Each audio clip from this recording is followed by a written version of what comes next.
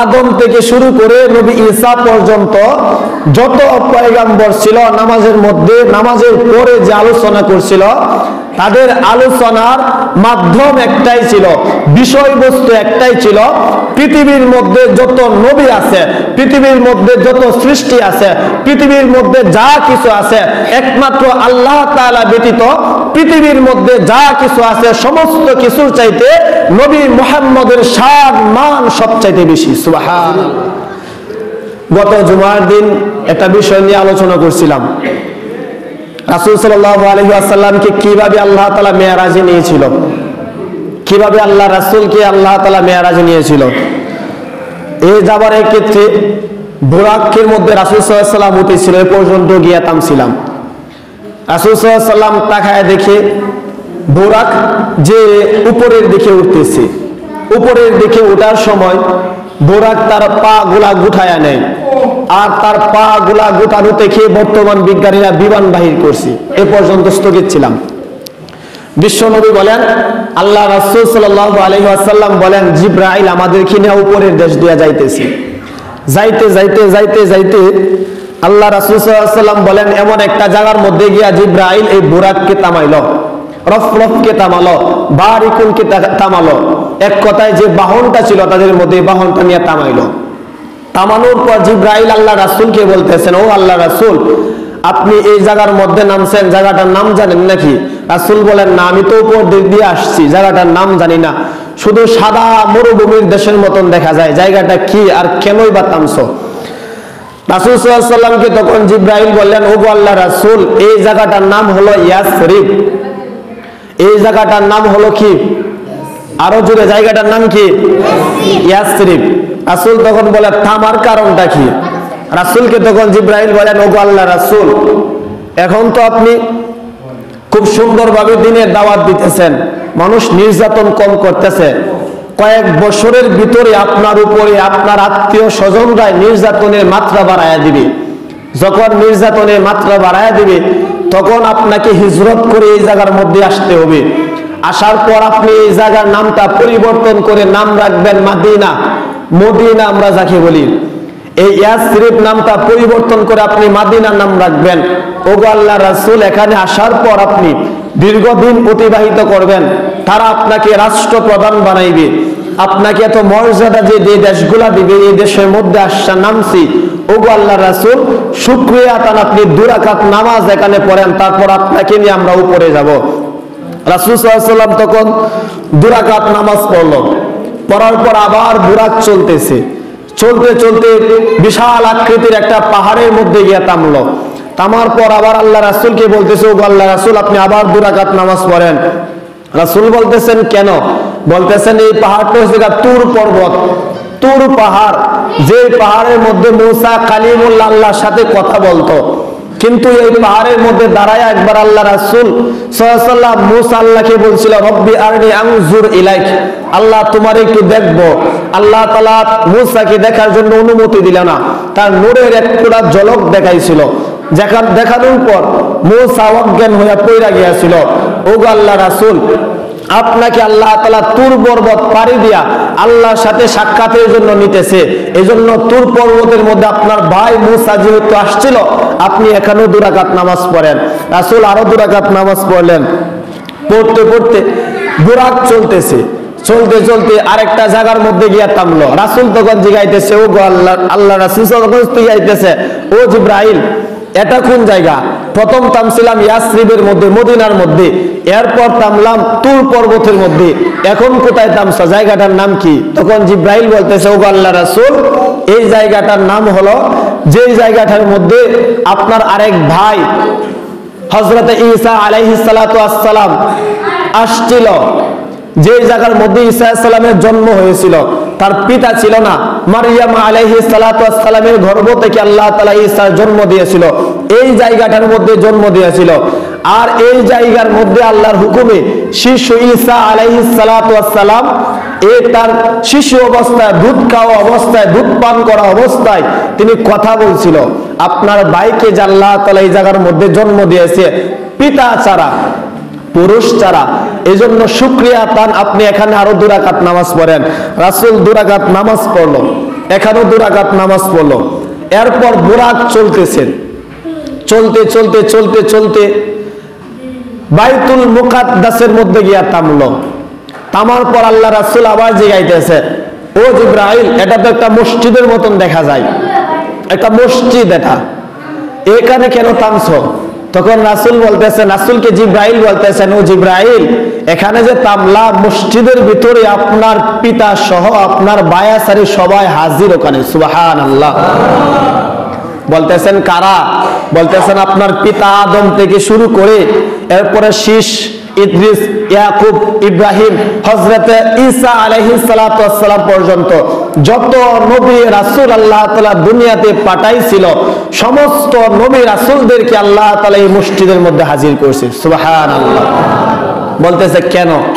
কয় কারণ আজকে আপনি 2 রাকাত নামাজ পড়াইবেন, আপনি ইমাম হইয়া 2 রাকাত নামাজ পড়াইবেন, আর আপনার পিতা আদম থেকে শুরু করে ঈসা পর্যন্ত যত পয়গম্বর আছে, সমস্ত পয়গম্বররা আপনার পিছনে পয়রা মুসল্লি হইয়া আপনার পিছনে 2 রাকাত নামাজ পড়া নিবে।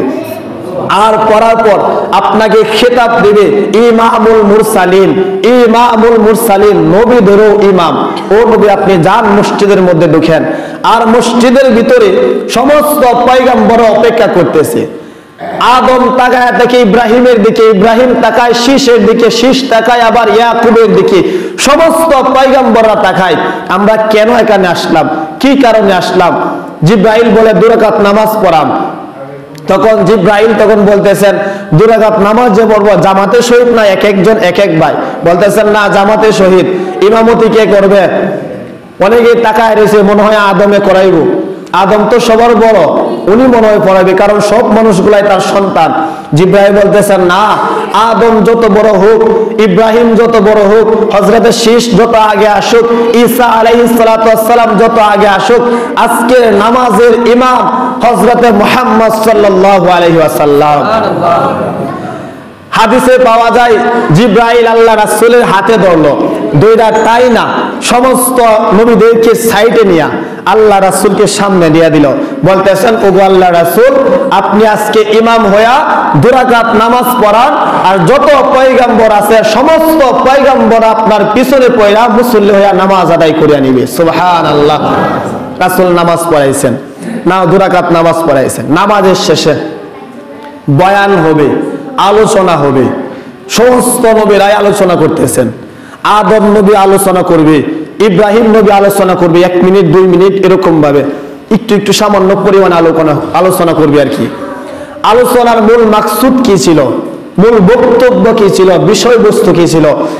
আদম থেকে শুরু করে নবী ঈসা পর্যন্ত যত পয়গম্বর ছিল, নামাজের মধ্যে নামাজের পরে যে আলোচনা করছিল, তাদের আলোচনার মাধ্যম একটাই ছিল, বিষয়বস্তু একটাই ছিল।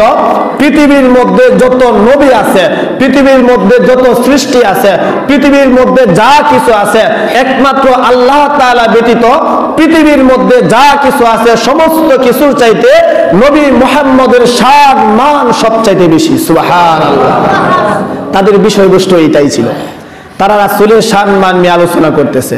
এরপর আল্লাহ তাআলার হুকুমে জিব্রাইল বলতেছেন, ও আল্লাহ রাসূলের, ও আল্লাহ তাআলার পয়গম্বরেরা, আপনারা আপনাদের নিজ নিজ জায়গায় চলে যান আল্লাহর হুকুমে। সমস্ত পয়গম্বররা যে যাই জায়গার মধ্যে ছিল, সমস্ত পয়গম্বররা তাদের জায়গার মধ্যে চলে গেল। এরপর রাসূল সাল্লাল্লাহু আলাইহি ওয়াসাল্লামকে জিব্রাইল বলতেছেন, ও আল্লাহ রাসূল, আপনার বাহনের মধ্যে ওঠেন, আপনার এই যে বুরাকের মধ্যে ওঠেন। রাসূল সাল্লাল্লাহু আলাইহি ওয়াসাল্লাম এই বুরাকের মধ্যে উঠল। ওঠার পর বাইতুল মুকাদ্দাস থেকে বুরাকটা উপরের দিকে উঠতেছে, উপরের দিকে উঠতেছে। আরেকটা কথা স্পষ্ট করে বলে দেই, আমরা যে উপরের দিকে যে যারা বিজ্ঞানের ছাত্র আছেন, যারা বিজ্ঞান নিয়ে লেখাপড়া করছেন, তারা জানেন যে উপরের যে জায়গাটা আছে এটা মূলত আকাশ না। আমরা যে উপরে যে জায়গাটা দেখি ওটা হলো মহাশূন্য, মহাশূন্যের উপরের যে জায়গাটা ওটা হলো আকাশ। ওইটার মধ্যে আল্লাহ তাআলা চাঁদ, সূর্য, গ্রহ, নক্ষত্র সবকিছু দিয়ে সাজায় রাখছেন। আর নিচে যে জায়গাটা, সাদা জায়গাটা দেখি, ওইটা হলো মহাশূন্য। বর্তমানে বিজ্ঞানীরা বলে ওই মহাশূন্যের পার হলো 500 বছরের রাস্তা। দুনিয়া থেকে ফাঁক যে জায়গাটা আছে ওইটা 500 বছরের রাস্তা। এরপর হলো প্রথম আসমান, আর প্রথম আসমানটা হলো আরো 500 বছরের রাস্তা। এরপর দ্বিতীয় আসমানের মহাশূন্য, দ্বিতীয় আসমান আর মহাশূন্যটা হলো আরো 500 বছরের রাস্তা। এরপর দ্বিতীয় আসমান, এরপর তৃতীয় আসমানের মহাশূন্য, তৃতীয় আসমান, এইভাবে 7টা মহাশূন্য আর 7টা আসমান দ্বারা আল্লাহ তাআলা গোটা পৃথিবীটারে সাজায় রাখছেন। সুবহানাল্লাহ। রাসূল জিবরাইলের উপরের দিকে উঠতেছে, মহাশূন্য পাড়ি দিল, চাঁদ সূর্য গ্রহ নক্ষত্র সবকিছু পাড়ি দিল, দেওয়ার পর আসমানের মধ্যে গিয়া ঢুকলো।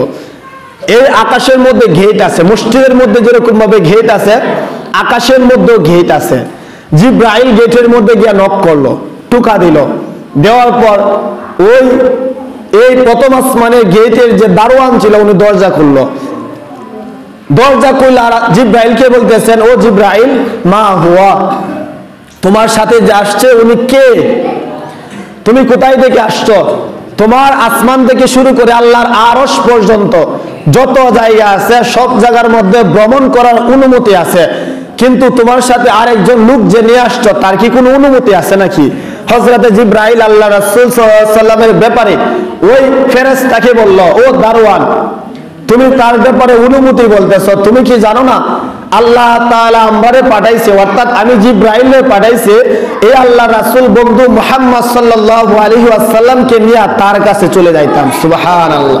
অর্থাৎ উপরে যাওয়ার অনুমতি আমাদের আছে, তুমি যদি গেট কইলা দাও আমরা উপরে উঠতে চাই।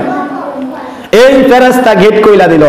বর্তমান পৃথিবীর যে আগেই বলেছিলাম প্রথম দিন পৃথিবীর বিজ্ঞানীরা তারা মঙ্গল গ্রহে যাত্রা নিয়ে তারা গৌরবময় মনে করে।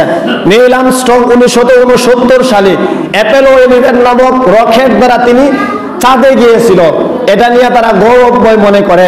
আর আল্লাহ রাসূলকে আল্লাহ তাআলা সবকিছু পাড়ি দিয়া প্রথম আসমানের মধ্যেও পাড়ি দিয়া, এই নীল আর্মস্ট্রং তো প্রথম আসমানও যাইতে পারে নাই, ওইখানে তো ফেরেশতা ছিল, ফেরেশতা ছিল, যাইবে কিভাবে? রাসূলকে তো অনুমতির জন্য জিবরাইলকে জিজ্ঞাসা করে, তাইলে নীল আর্মস্ট্রংকে তো অনুমতি দিত না ঢোকার জন্য। আল্লাহ রাসূলকে আল্লাহ তাআলা সবকিছু পাড়ি দিয়ে আরশে আজিম, কেউ বলছেন সিদরাতুল মুনতাহারের মধ্যে নিয়েছিলেন।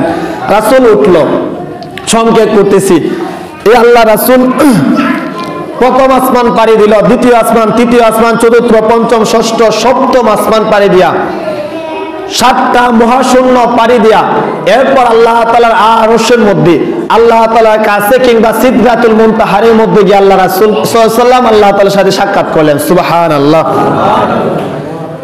সাক্ষাৎ করে আল্লাহ রাসূল সাল্লাল্লাহু আলাইহি ওয়াসাল্লাম আল্লাহর সাথে অনেক কথা বলতেছেন, অনেক কথা বলতেছেন। এর মধ্যে আল্লাহ তাআলা তার রাসূলের দিকে তাকায় রইছেন, তার চেহারার দিকে তাকায় রইছেন। তখন আল্লাহ রাসূল সাল্লাল্লাহু আলাইহি ওয়াসাল্লাম আল্লাহ তাআলা কি বলতেছেন, ও বন্ধু, আপনি যে আমার দিকে তাকায় রয়েছেন আমার কি লজ্জা লাগে না? আমার কি শরম করে না? আপনি একটু এদিক সেদিক তাকান, একদিন আমার দিকে তাকায় রয়েছেন, আমার তো শরমও করে। তখন আল্লাহ রাসূল সাল্লাল্লাহু আলাইহি ওয়াসাল্লাম আল্লাহরে বলতেছেন, আল্লাহ একদিনে তাকায় তাকায় আপনি কি দেখতেছেন আমার চেহারার মধ্যে? আল্লাহ তাআলা হাদিসে পাওয়া যায়, তখন আল্লাহ তাআলা জবাব দেয়, ও বন্ধু, আমি তাকায় তাকায় দেখতেছি পৃথিবীর মধ্যে যত সৃষ্টি আছে সব সৃষ্টিগুলো আমি আমার ইচ্ছা মতন বানাইছি, যারে যেমনে বানাইলে সুন্দর দেখা যায় আমি এমনিই বানাইছি। ও হাবিব, কিন্তু আপনার ব্যাপারে একটু ডিফারেন্স, আমি আপনারে আপনার খুশি মতন, অর্থাৎ যেন গোটা পৃথিবীর সবচাইতে আপনি হাবিব যেন বেশি সুন্দর দেখা যায় এমনি আমি আপনারে বানাইছিলাম। আজকে আমি তাকায় দেখতেছি আমি যেমনে চাইছিলাম অমনেই আমি আপনারে বানায় দিছি। সুবহানাল্লাহ। কেমনে বানাইছিলেন? অর্থাৎ আপনার চেহারা, আপনার সৌন্দর্য, আপনার মাধুর্যতা, আপনার এই যে বডির যে একটা স্ট্রাকচার পৃথিবীর কারো সাথে কোনোদিন মিলবে না, পৃথিবীর কারো সাথে কোনো মিলবে না। শুধু তাই নয়, ও হাবিব, আপনি তো জানেন আপনার নাতিরা হাসান হুসাইন যখন রাত্রিবেলা এক ঘর থেকে আরেক ঘরে যাইতো, আপনার দাঁতের মধ্যে আমি এমন একটা নূর দিয়েছিলাম, আপনি যখন হাসি দিতেন আমাবস্যার রাতও যদি থাকতো ওই আমাবস্যার রাতটাকেও আমি আল্লাহ তাআলা আপনার দাঁতের ঝলকের কারণে পূর্ণিমার চাঁদের মতন উজ্জ্বল কইরা দিতাম। সুবহানাল্লাহ। যে ফসরের কারণে আপনার নাতিরা এক ঘর থেকে আরেক ঘরে যাইতো। এই তাকায় দেখতেছি, তাকায় যখন রয়েছে তখন আল্লাহ রাসূল সাল্লাল্লাহু আলাইহি ওয়াসাল্লাম আল্লাহ তাআলা শুকরিয়া আদায় করলেন, বলে আলহামদুলিল্লাহ আল্লাহ তাআলা আমি খুব খুশি হইলাম। এরপর আল্লাহ তাআলা বলতেছেন, বন্ধু শুধু খুশি হইলে হইব না, বন্ধু বন্ধুর কাছে আসলে কিছু নিয়ে আসে, মিষ্টি নিয়ে আসে, চা পান যা আছে, আত্মীয় স্বজন বিস্কুট মিস্কুট এগুলা নিয়ে আসে।